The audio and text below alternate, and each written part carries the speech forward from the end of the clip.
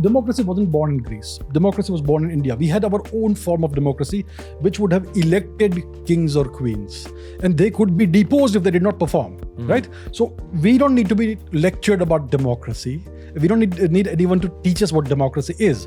The truth is that Indians are all one. Muslims are our brothers and sisters.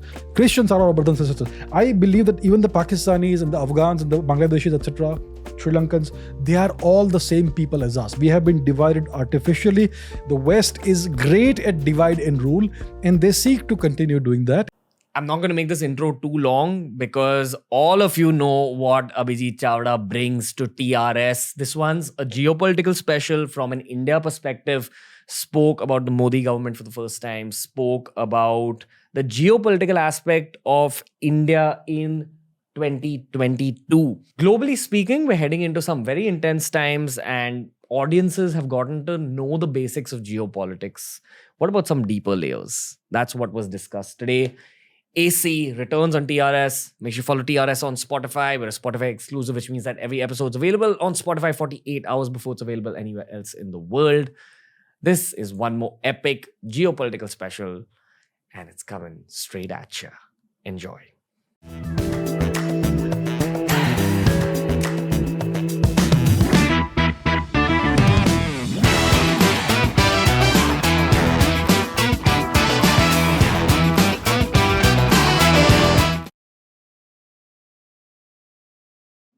All right, another super pacey, super intense TRS episode with the ultimate TRS All-Star, Abhijit Chavda. Welcome back to the show. Thank you very much. Great to be back on the show. So, we've done lots of geopolitical specials. We're doing another run of geopolitical recordings today, beginning with India. We've never really broken down the Modi government, India's role in the geopolitical sphere of the world. That's what we'll do today. And this one's meant for Indian citizens, but it's also meant for citizens of other countries, which I strongly believe have a skewed perspective of India because of media narratives given to them. So we'll be taking into consideration all these false social media narratives, everything from the prosecution of minorities to the criticism of the current government to the good things that the current government is doing on an international level. I'm super excited about this episode. I'm fumbling. Are you excited, sir? Very much. Nice. We were just having a conversation outside about how you said you've gotten way busier in the last 6 months to a year. And that's because of the kind of reach that YouTube kind of provides to anyone who's providing content to YouTube. You also said that you're not getting enough time to read as much as you'd like. But knowing you, I feel like geopolitics is your subject. So that's something you're constantly in touch with. Yes. Right to say this? It is, yes. Okay. What's exciting you or scaring you about the geopolitical scenario in the world right now? What's really interesting is that the world is changing very rapidly. Typically, you see change at the geopolitical scale decade upon decade. In the 2020s, we are witnessing change year upon year. That's how rapidly the world is changing. There is a multipolar world kind of right now. There is this tussle between the US and China. Certain nations seek a multipolar world. The US seeks a bipolar world. China seeks eventually a unipolar world. So that there are three different worldviews that various nations have.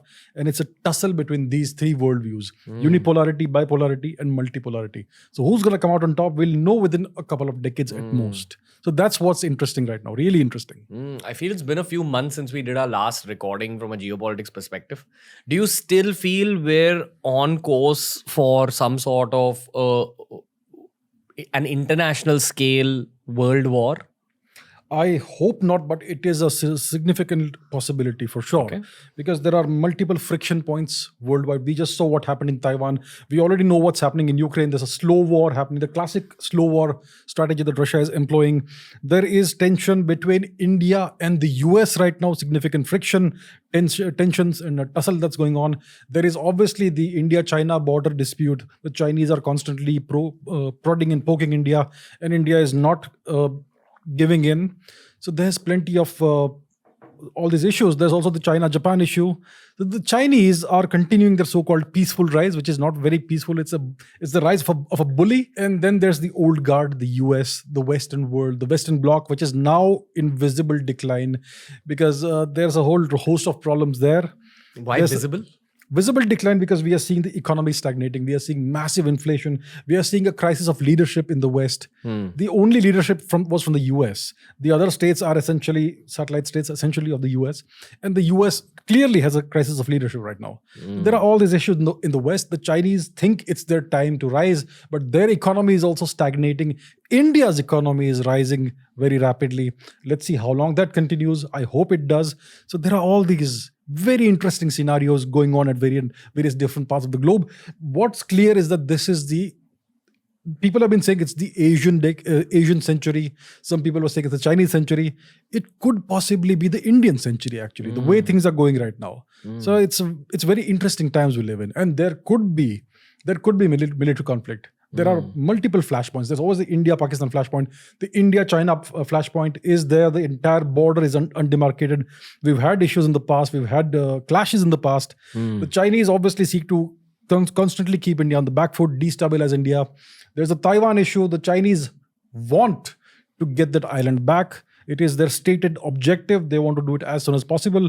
They are waiting for the right opportunity and so many other issues. So yes, there are plenty of flashpoints, and any of those could spark off a war, like what happened in World War I. One little thing happens, and the entire continent is in turmoil. So we've kind of let the pot simmer till the tension has reached the brim, and now we're just waiting for something to happen to spark off probably a worldwide conflict. I think we don't want to see a worldwide conflict, but it's a possibility. Because see, once a spark is set off, you never know what's going to happen. Once you start a conflict, it can escalate to any level. Now, the trick for India is to not get involved in any conflict for the next 10, 20 years. Why? Because our economy is growing really rapidly now. The past 2 years, because of the global issue, the pandemic, we had a downturn in the economy. The first quarter of 2022, India's economy grew at 13.6%, which is phenomenal. Now, that is something that may not be sustainable in the long run. But even if India's economy grows at 8% per year, by 27, we're going to be at $5 trillion, the GDP. By 2032 or 2033, we're going to be at $10 trillion. Once India reaches the $10 trillion mark, it's going to be unstoppable. Because as your economy grows, your hard power also grows correspondingly. Which is your military strength. Force. Correct, Okay. the military strength. Because if you have more money to invest in the military, you're going to get stronger. So as your GDP grows, your military also grows. Once India reaches the $10 trillion mark, nobody will essentially be willing to contemplate messing with India. So the trick for India is to reach that figure, the $10 trillion mark figure, without getting embroiled in any significant military conflict anywhere.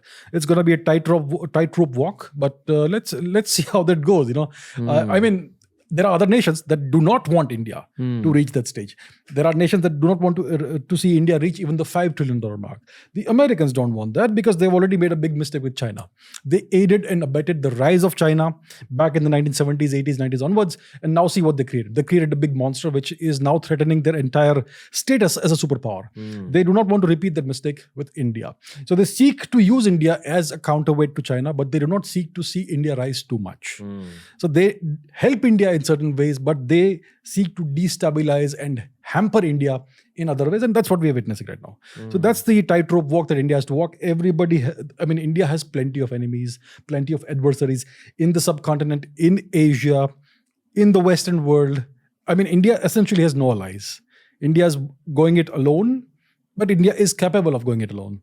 So that is the tightrope walk that India has to do for the next 10, 15, maximum 20 years. And then we are out free. So many tangents to go on.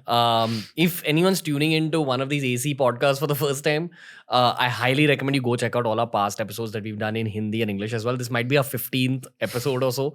And it's also a great entry point if you're just getting to learn about geopolitics for the first time in your life. Speaking about geopolitics from a very human level, a lot of my intro to geopolitics was through these podcasts. One thing I've realized is that the rules of geopolitics also apply to human situations, like when you're at a party, when you're in social situations, when you're in your office. Same rules apply about allies, about alliances, etc. The second thing I've learned is the factors that really contribute to geopolitical growth. So when we're talking about geopolitical growth, it's primarily, in reality, it's primarily about hard power, which is your military strength. And it's about your control on the oceans. Is there any third factor that you would put in this bracket? It's about access to resources, raw materials, minerals, From- iron ore, From your own land? from anywhere. From anywhere? Yes, and for that you need supply chains, you need logistics. So it's about controlling the supply chains, the sea routes, the land routes.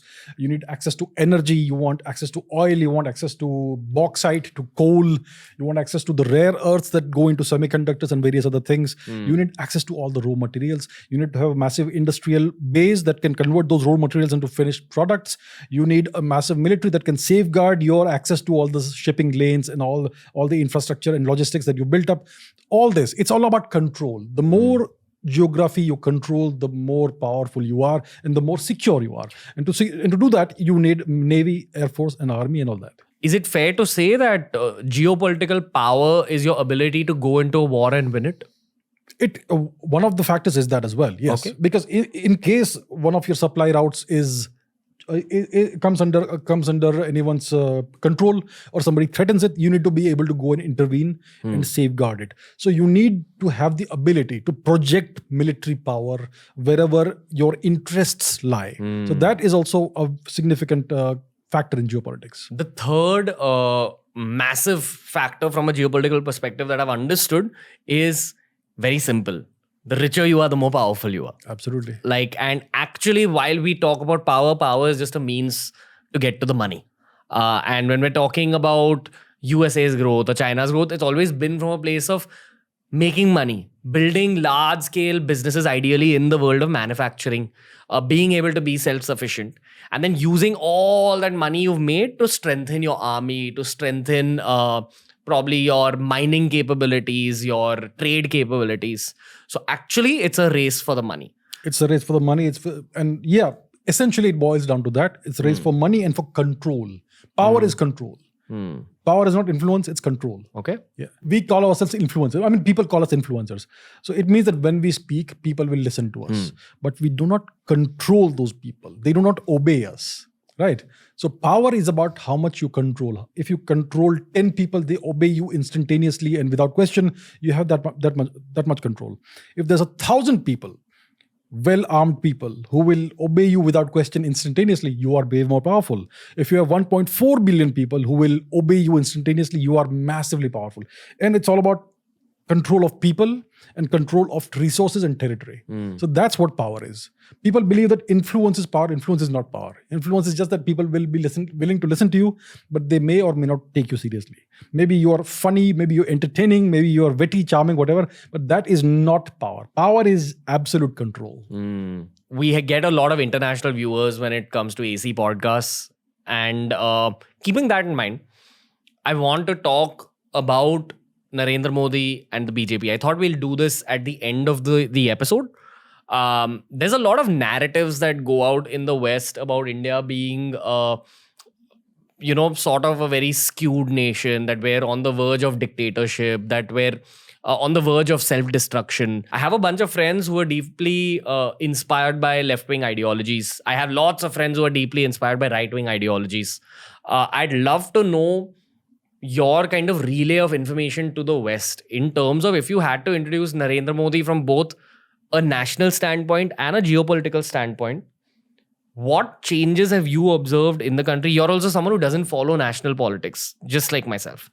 But we do follow what the government is up to, especially from an international perspective. The truth of the matter is that you could debate a lot about what this Indian government could do better on a national level.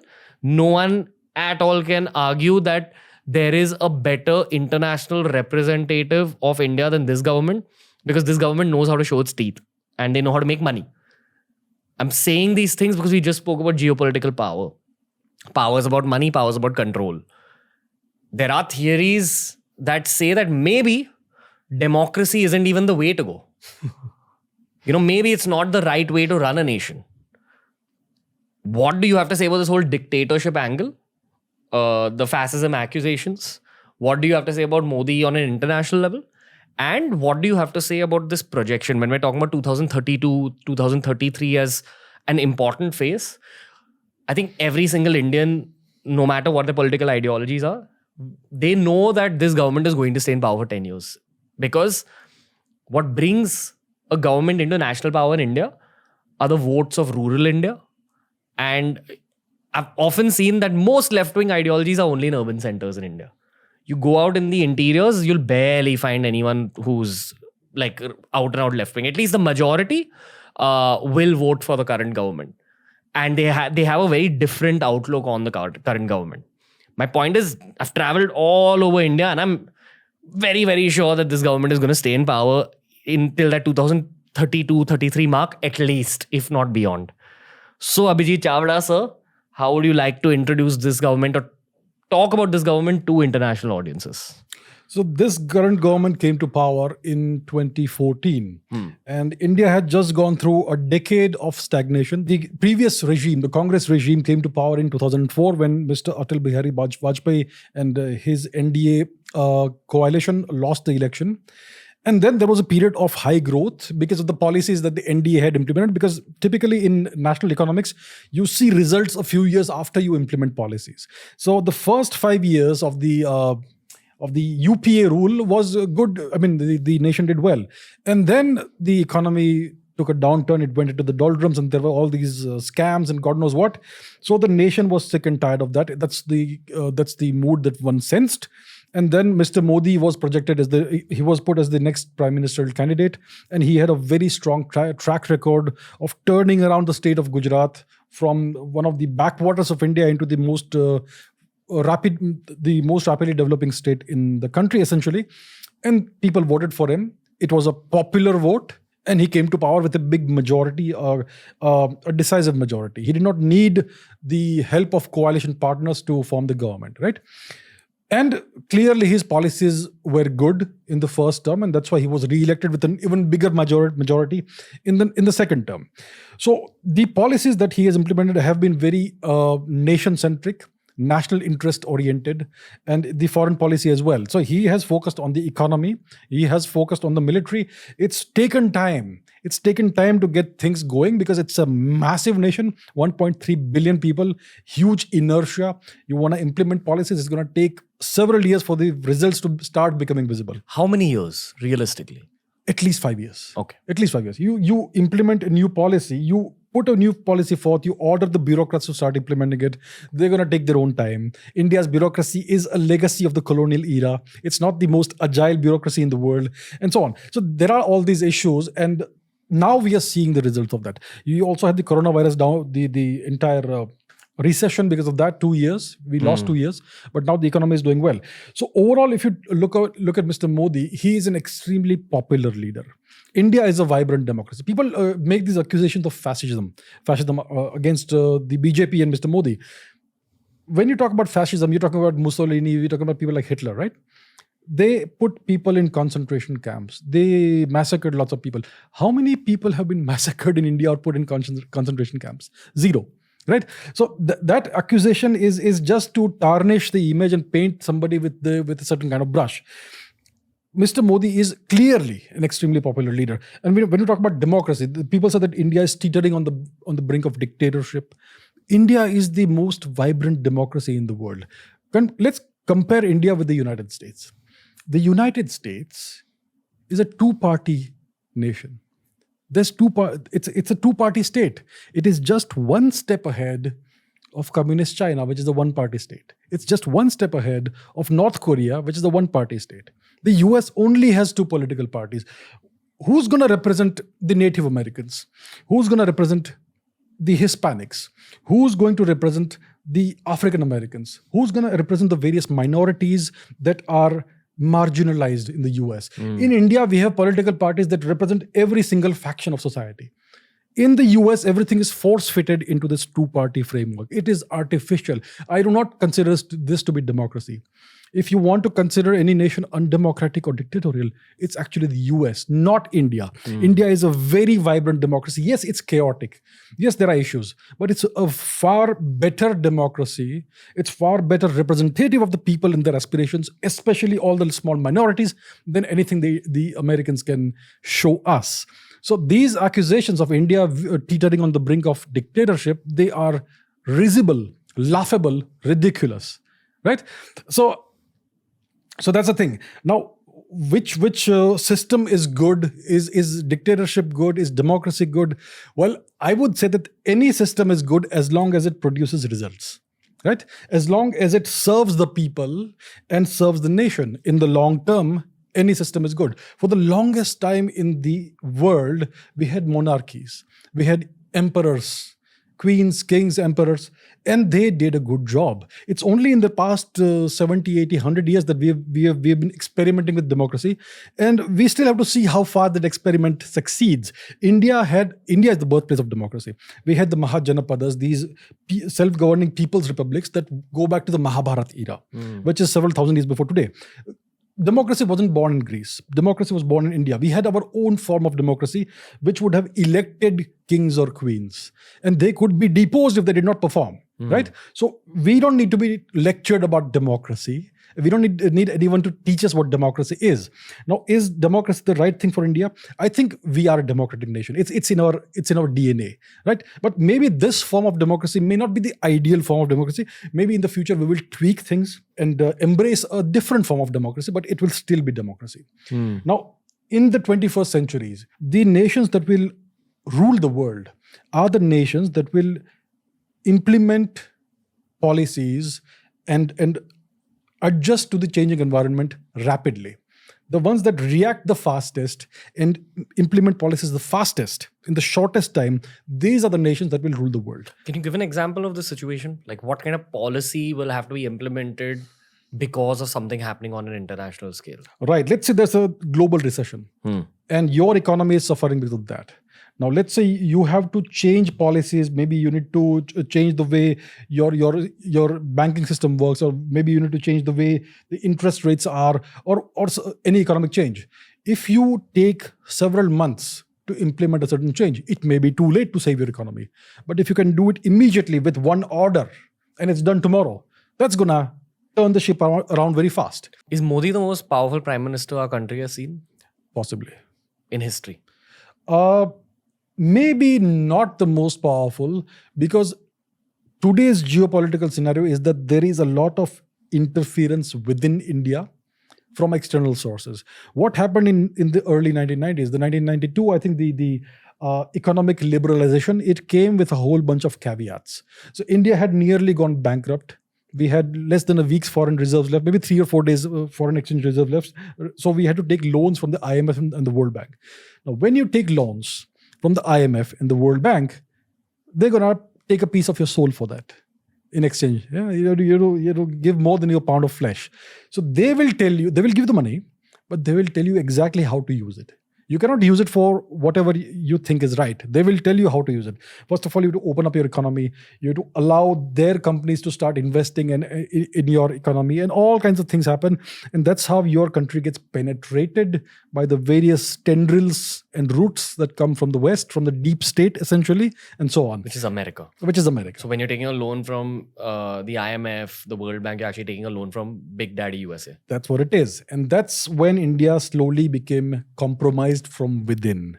There are various political parties that do enjoy patronage from other countries. They used to enjoy patronage from the USSR. The USSR dissolved. It broke up in the early 90s. Then they were looking for a new big daddy. I'm not naming anybody, but it would have happened.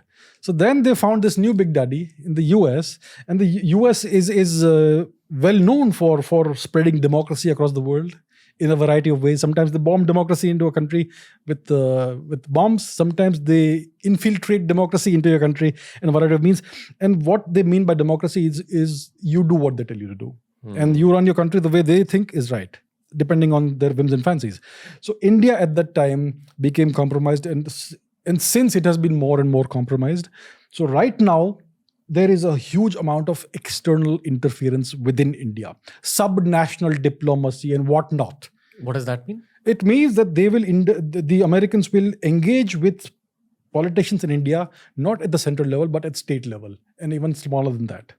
And that is essentially, trying to compromise your country and create factions within the nation and all that. Like it's a modern version of divide and rule. It's divide and rule. It's the 21st century of divide and rule. That's what it is. So they've learned from the UK. The US empire is the Anglo-Saxon empire. The capital shifted from London to Washington DC, but it's the same entity essentially, right?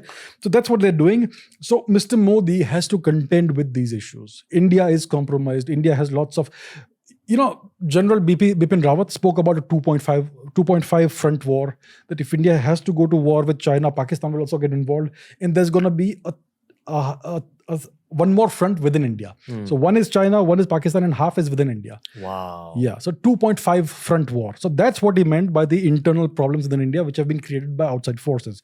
And there's a whole bunch of issues within that. So that's why Mr. Modi has to contend with those things. When it came to somebody like Mrs. Indira Gandhi, she did not have that much of problems within India. So she was able to be more decisive. She was able to bifurcate Pakistan and free Bangladesh, for instance. Yeah. So she was able to pursue a more muscular foreign policy. I'm not saying Mr. Modi is not pursuing a muscular foreign policy, but Mr. Modi is playing the long game. He's playing the game, I think, that Deng Xiaoping had advocated: hide and bide. Hide your capabilities and bide your time, and work hard and strengthen yourself. So maybe that is the right thing for India to do right now. And get richer. Get richer. That's the whole deal. Get richer. So that's what India is doing right now. Okay. Let's talk about the current government a little bit more. When we say Modi, do we really mean Modi? Or do you think we have our own version of, I don't want to call it a deep state, but there has to be a sort of think tank. They say Ajit Doval is a part of it. Legendary figure from probably India's modern history. People haven't heard about him. Amit Shah is obviously there. It's the BJP top leadership. I'd love to know from you, because we are assuming that BJP is probably going to be in power for the next 10 years. Who will be like the next PM of the country, according to you? Without getting into national politics. And I'd also kind of reframe that question as, who would you like to see as the next PM from an international perspective? The three candidates, maybe four, that keep coming up in discussions around politics are Nitin Gadkari, Yogi Ji, and maybe outside of the BJP, there's Rahul Gandhi and Arvind Kejriwal. Do you have any opinion on these four gents?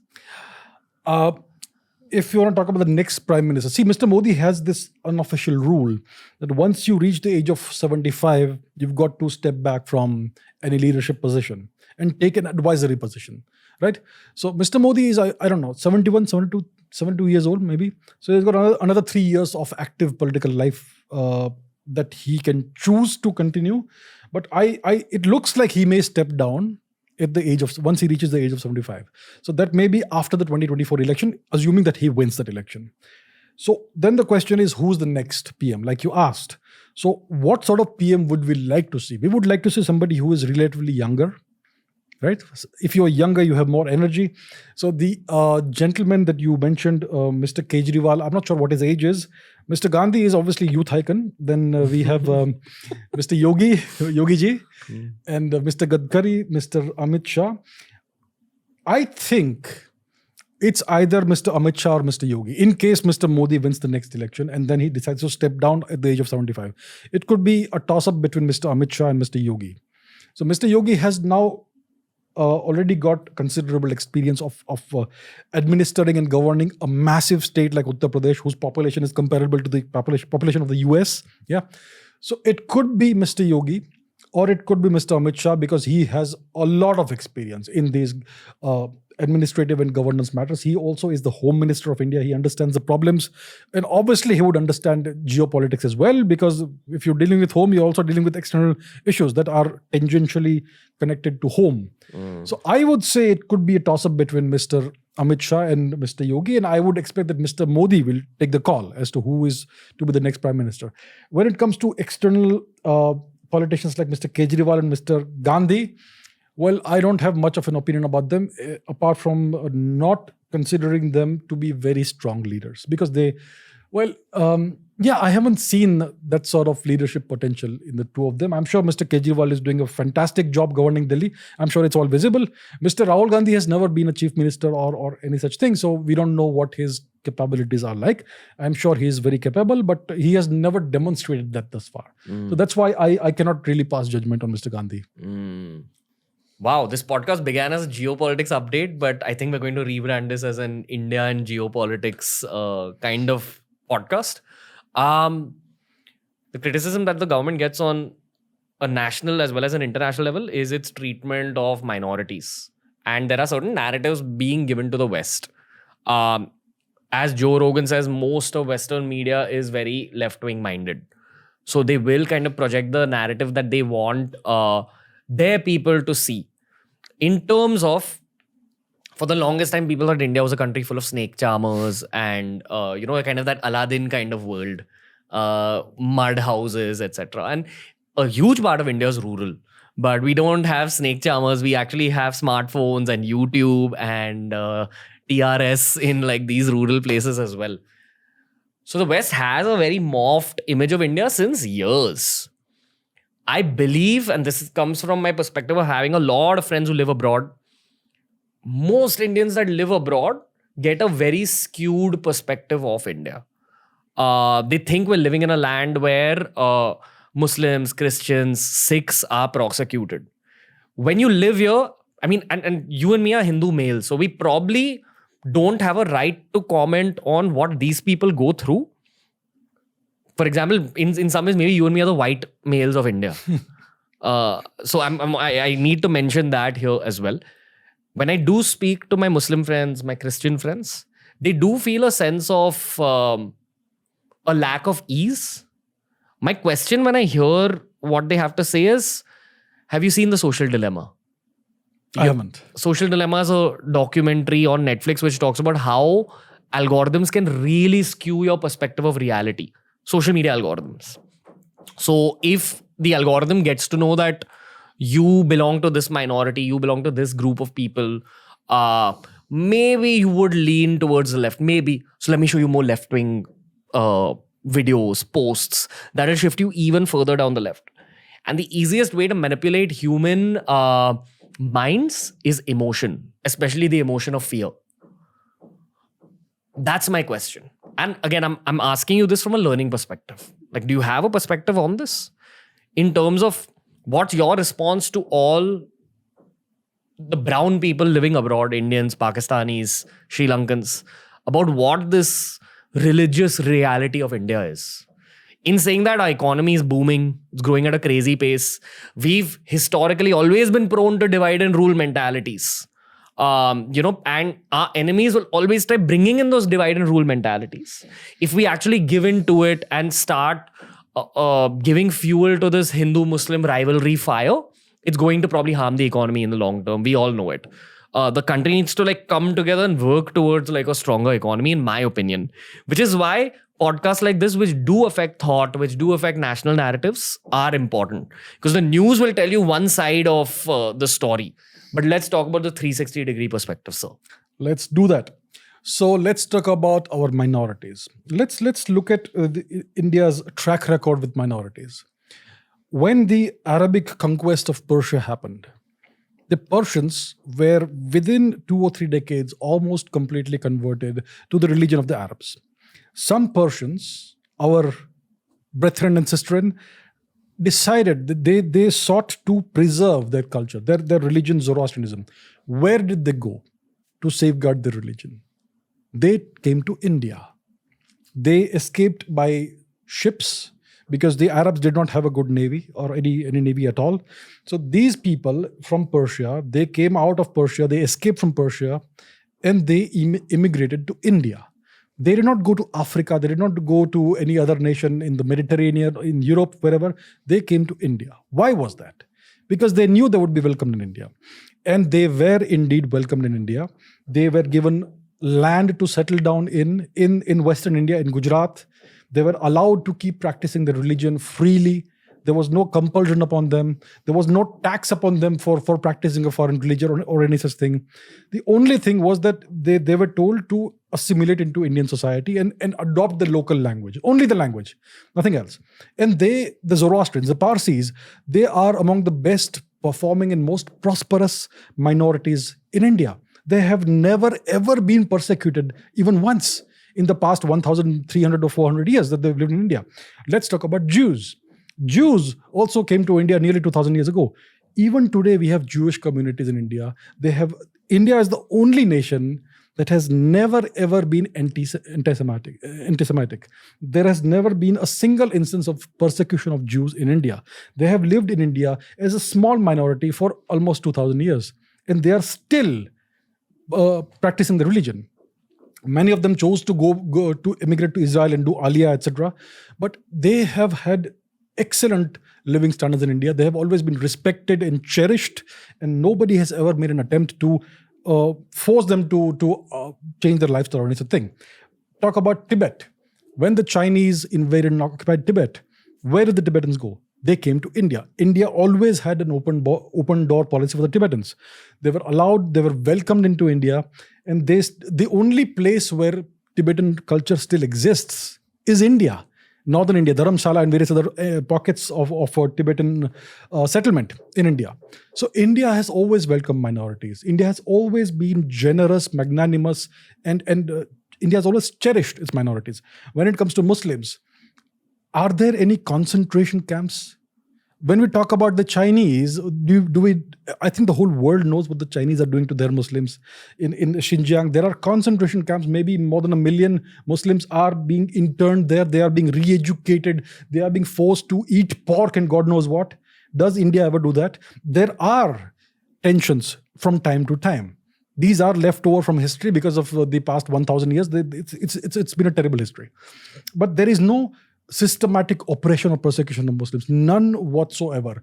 And there are narratives that are being spun to make it look like Muslims are being oppressed. I think Muslims have far more rights in India than in Pakistan. Ahmadiyas are not considered to be non-Muslims in India. The Pakistanis do that. They consider Ahmadiyas to be non-Muslims. What are Ahmadiyas for? It's a certain sect.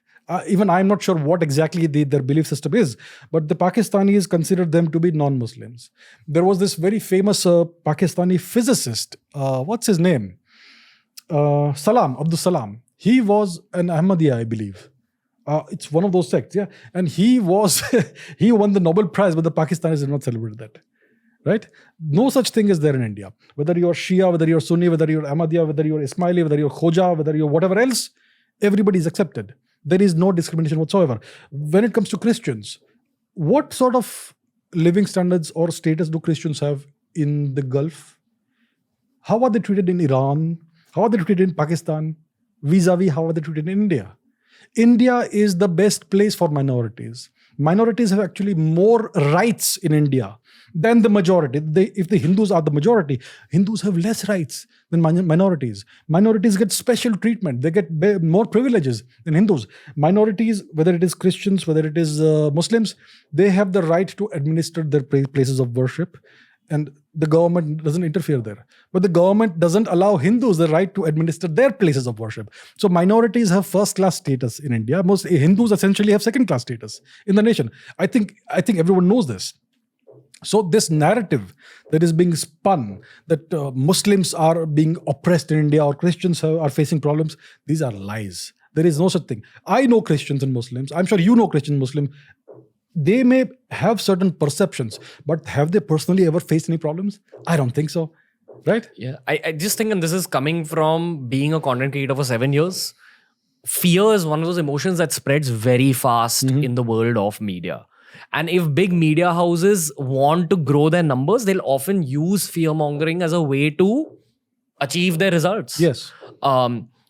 Even that small narrative of a minority being oppressed in India will be blown out of proportion by media houses. Indeed. In saying that, while we're talking about this sort of right-wing extremism narrative that's probably fed to minorities on social media, I'm sure there is a vice versa version of that, which means that maybe if you're a deeply right-wing minded person, you're fed certain narratives on social media to instill even more hate towards minorities. And I've seen people like that even on the show, who have these like really skewed beliefs about how minorities are terrible for India. I think the truth here will be found when you take a step back and understand the times we live in, which are so heavily dictated by social media algorithms and WhatsApp, Indeed. which is dictated by Big Daddy USA again. Yes. So they have ways of essentially creating a certain mood in a certain demographic. Or maybe two moods Yeah. and pushing them far Polarized away from moods. each other. Polarized Yes. moods. Yeah.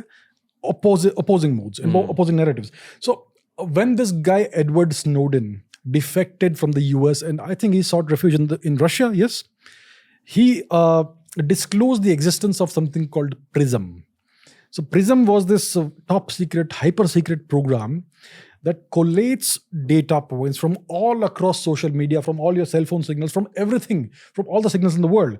And it can give you an overall map of what's going on in each nation. And they had some, and one of the countries of particular interest for the US was India. So even in 2010, 11, 12, somewhere around that, they had a significant amount of interest in India. And today you have all these social media signals. Social media has really taken off since then. So it's very easy to trend certain hashtags and completely color and change the mood of a nation or a certain community within the nation at a moment's notice. The truth is that Indians are all one. We are all one people. We are the same DNA, we are the same blood. Muslims are our brothers and sisters. Christians are our brothers and sisters. I believe that even the Pakistanis and the Afghans and the Bangladeshis, etc., Sri Lankans, they are all the same people as us. We have been divided artificially. The West is great at divide and rule, and they seek to continue doing that in order to play their geopolitical games. We have to understand this, and we need to all realize that we are the same people, no matter what religion we practice, and we need to work together to take the nation forward in the right direction. No? The actual game here is money. Yeah. And monetary growth is why probably the enemies of India as a country are trying to stop India's economic growth. The easiest way to stop it is create internal conflict. Indeed. By kind of manipulating social media algorithms, etc., etc. India cannot have as glorious a history as it's had in the last 75 years if it wasn't for APJ Abdul Kalam. If it wasn't for, just generally all of India's minorities working with India's so-called majority, which is Hindus. We have to come together for economic growth. It's been the lesson that we should have learned from history, because divide and rule is a mentality used by external powers to completely divide us.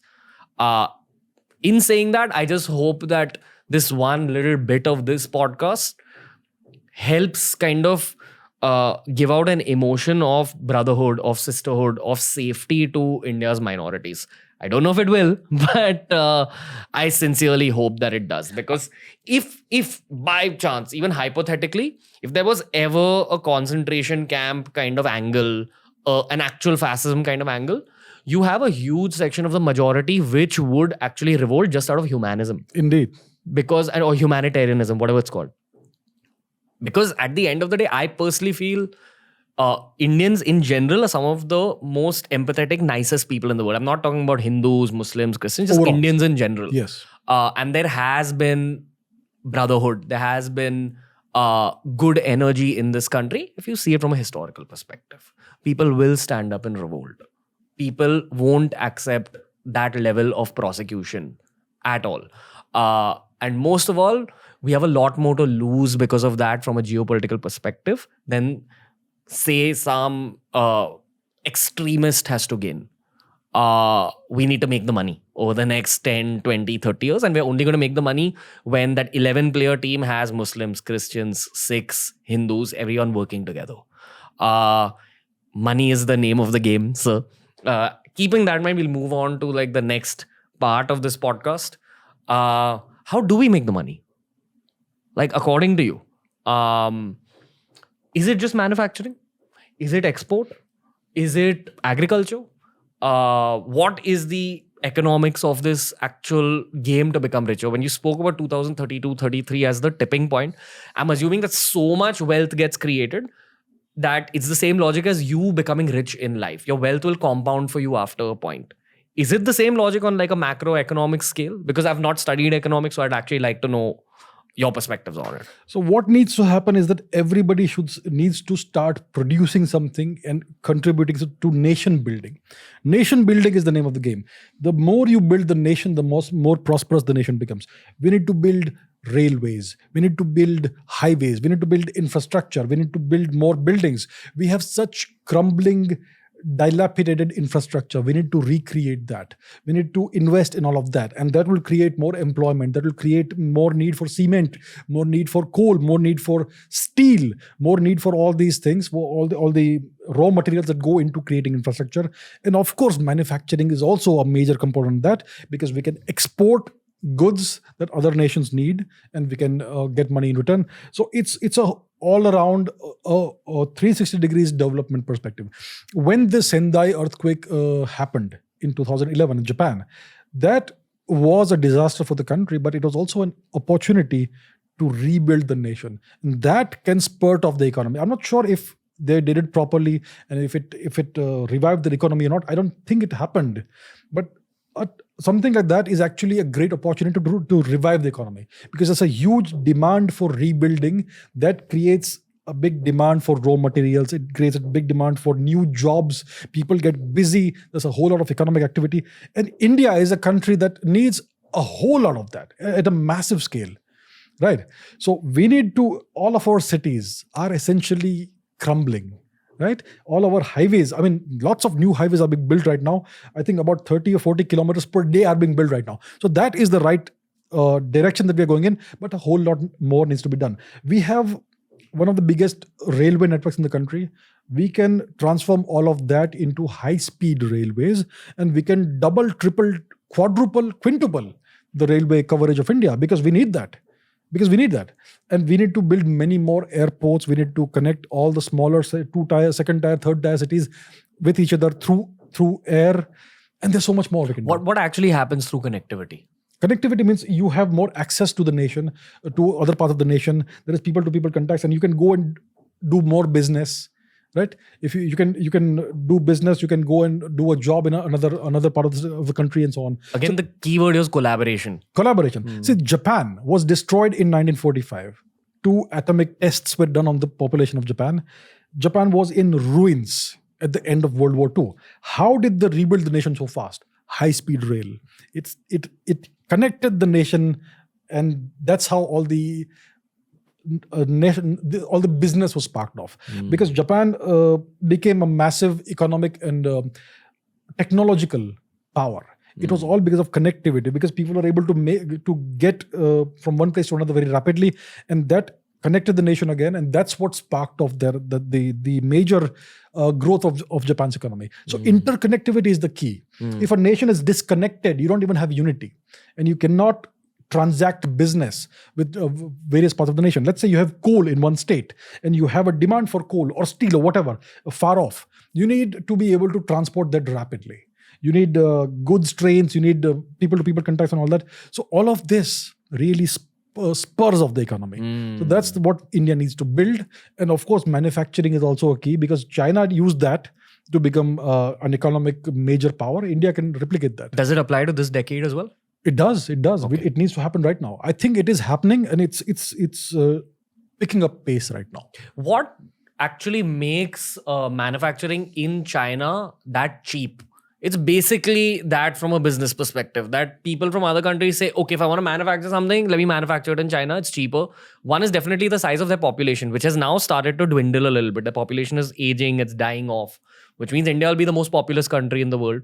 Does that give us the ability to bring the cheapest form of manufacturing for other countries? And if yes, is that the actual way to go? And which is supplemented by the connectivity stuff you spoke about. Right. Manufacturing is indeed the way to go. The Chinese population is now aging because they had this one-child policy. India did not have that. So Mr. Modi speaks about India's demographic dividend, which is pretty much true. We have a very young population, a very energetic population. It's a growing population even now. So that can be utilized in order to fuel India's economic growth. So manufacturing is something that takes time to mature. The Chinese started the manufacturing process in the late 1970s, early 1980s. Initially, Chinese products were very bad. they had a very bad reputation. But by the 2000s and 2010s, they had achieved the level of maturity where they did not need any more Western technology. They had already absorbed all the Western technology, and then they were able to iteratively improve upon that. And today, Chinese manufacturing is at a high level. They manufacture almost anything that you want them to manufacture. You say, I want this, they'll say, yeah, we'll do it. So India will take a little bit of time to reach there, but we need to start. I'm sure we have started now. Made in India, Make in India started in the first term of the Modi government, and now I think it's kind of slowly taking off. We have semiconductor manufacturing plants that are coming up in various places, and a whole lot of other stuff is happening. We have this major transshipment port that's coming up in the Great Nicobar Island, and lots of stuff is happening. That's not manufacturing, that's trade. But all of the pieces are now being put in place, and we could be on the verge of a big takeoff. This is why governments need to be in power for the long term. Yes, to indeed. see long term economic and geopolitical change. Kind of a rookie question here. Do you feel there's a game of intellect in making yourself a richer country? And the second supplemental question is, I mean, this country is a country full of intellectuals. That's our global repute as well. Like, with the CEOs of countries, etc., etc. Don't you think that there's really smart people like yourself, like someone with your knowledge levels on a kind of governing level as well? Like, I'm sure if we bring Ajit Doval on the podcast, he would give us 20 podcasts just like you did. There has to be more people like that. Do you think that is the case? Do you think that there's really smart people governing this country and they already know these things that we're discussing? Or are there people in the government who are studying podcasts of Abhijit Chavda and getting inputs? This is something I've always wondered, that I've done about 350 podcasts with some really smart Indians. You're like right up there, especially when it comes to the information in your mind. And then you meet people at parties, you meet people in social situations. I've met politicians. And I think to myself that, are there really intelligent people at the top? And does intellect play a role in economic growth? Very raw question, but I just want to know what you think. So when you are running a company, if you are successful, it's because you hire the right people, the best people. Similarly, in a government, if you do really well and if you take the nation forward in the right direction, it's only because you've got the right people in place, in the right places, right? I think there are lots of really intelligent people in the government. Let's take one example, Dr. S. Jaishankar, who's the current External Affairs Minister. I don't think he needs to learn anything from Abhijit Chavda. Nothing whatsoever. I need to learn a lot from him, right? He is a career diplomat. Currently, I think he's the most impactful diplomat on the globe. He's a very high energy person. He interacts with so many people on a daily basis, high-ranking diplomats, and he is carrying Indian diplomacy forward. He's putting across the message of India, and he's ensuring that the entire world understands what India's position is geopolitically, what India's national interest is, and there is no compromise that is being made in these diplomatic maneuvers vis-a-vis India's national interest, long-term national interest. So Dr. Jaishankar is, I think, one of the most brilliant diplomats in the world, and he is currently the foreign minister. Similarly, we have the right people in place in other ministers as well. You spoke about Mr. Gadkari. Mr. Gadkari is in charge of the infrastructure development, highways and all that. Just look at the pace at which highways are being built. 30, 40, 50 kilometers a day in India. So I think Mr. Modi knows what kind of people to pick and place in the appropriate places, and that's what's being done. Now, when it comes to intellect, India, like you said, is a civilization full of intellects. For every Ramanujan we discover, there are 100 Ramanujans we have lost. So we need to create mechanisms to catch the intellect. You may see one, but there's a whole lot that we are missing right now because of the problems in our system. The education system is terrible, and so on and so forth. There is a lack of merit in the education system. It's about reservation, not about how intelligent and how good you are and how will you perform and all that. So these issues are there. But if you can get the system right, this country will take off because we have the intellect. Maybe we've got the system right with cheap internet. Maybe. It's too early to say in terms of that experiment. I think Geo kicked off in 2016. Which is what, like 6 years? 6 years, yeah. Too short a time period. But I will tell you that you go meet rural Indians, They're not the rural Indians of 10 years ago. Yes. They know a lot more. Maybe that experiment has kicked off. But coming back to Mr. Jaishankar, I'd love for you to relay actually what AC has picked up from. What have you picked up from him? Like, I can't imagine what you've picked up from another human being. Because we pick up a lot of shit from you. So what have you picked up from him? So I call this the Jaishankar doctrine, which is an extension of the Modi doctrine. So the Modi doctrine is about taking India forward with India's national interest being paramount. So the Jaishankar doctrine is how India is going to interact and interface with the world, especially the major powers, especially with the West, right? So there are certain tenets that this doctrine has, certain pillars. The first pillar is the assertion that the West stole $45 trillion plus from India. And what is the West? It is the British Empire and its extension, which is the US Empire as well. The US is an extension of the British Empire. That is a clear, explicit thing that is that Dr. Jaishankar has spoken about multiple times, right? So the West has been the oppressor of India for a very long time. And if India is in the position that it is today, third world nation, very low per capita GDP, etc., it's because of the West. Secondly, there is the explicit assertion that Russia is not part of the West, and therefore Russia was never involved in the oppression of India, right? Then there is the idea that India is going to pursue an independent foreign policy.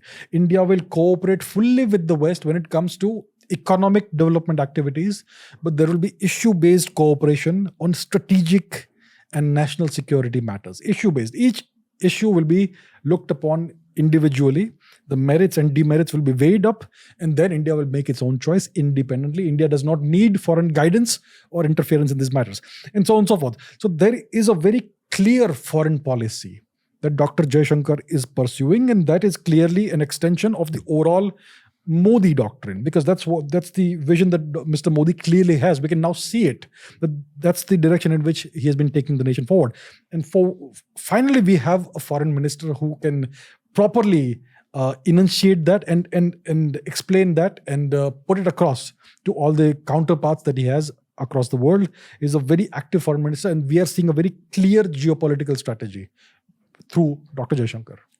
So, keeping in mind Dr. Jaishankar's reality, one slightly more layered question. What do you think his motivation is? In terms of when we're sitting here in this podcasting room, we're talking about making India a richer country, a geopolitical force. Same intentions on his end? Like, he's very aware of these things about the 2032, 2033 mark. If yes, I would also like to ask you, do you think there's a deeper layer? Does he have plans for the 2040s as well? Could he be one of India's next prime ministers? See, Dr. Jaishankar is a retired diplomat. So I'm sure he's above 60. He must be in his mid-60s most likely. So he clearly understands geopolitics. As a career diplomat, he had to put forward the various policies of the various governments, right? He had to essentially be an agent of these governments in the diplomatic sphere. For once, he has been empowered to not indulge in politics and just deal with the national interest. So that is a very good thing. Now, is he possibly a next prime minister? It's too early to tell. Being a good diplomat doesn't necessarily mean that you can be a good prime minister or a good administrator. When it comes to administering and governing a nation, there's a whole lot more than diplomacy. You have to actually deal with politics. Diplomats don't deal with national politics and state level politics and all that. Prime ministers have to do that. They have to juggle a whole lot of political egos and God knows what. So I'm not sure if a diplomat is equipped or trained to do that sort of thing. So I'm not saying that Dr. Jaishankar could not do that, but I personally have not thought about seeing him as a potential future prime minister. Okay. And maybe one last question, AC. Would you want to get into politics at any point? No, absolutely not. Politics is a cutthroat game. I'm good as an observer, as an analyst or whatever. I don't know what you want to call me, but I certainly do not want to get into politics. You'd make a very strong part of an advisory board for the government for sure. I'm sure there's people who have their eyes on you and you will get some sort of job offers going forward. Would you consider taking it up if it was in geopolitical interest? If it serves the nation, I would. Man, if I was the PM, I would want you like by my side, AC. But right now I'm just a podcaster and you're always on our side. Another epic episode of TRS. Thank you, sir.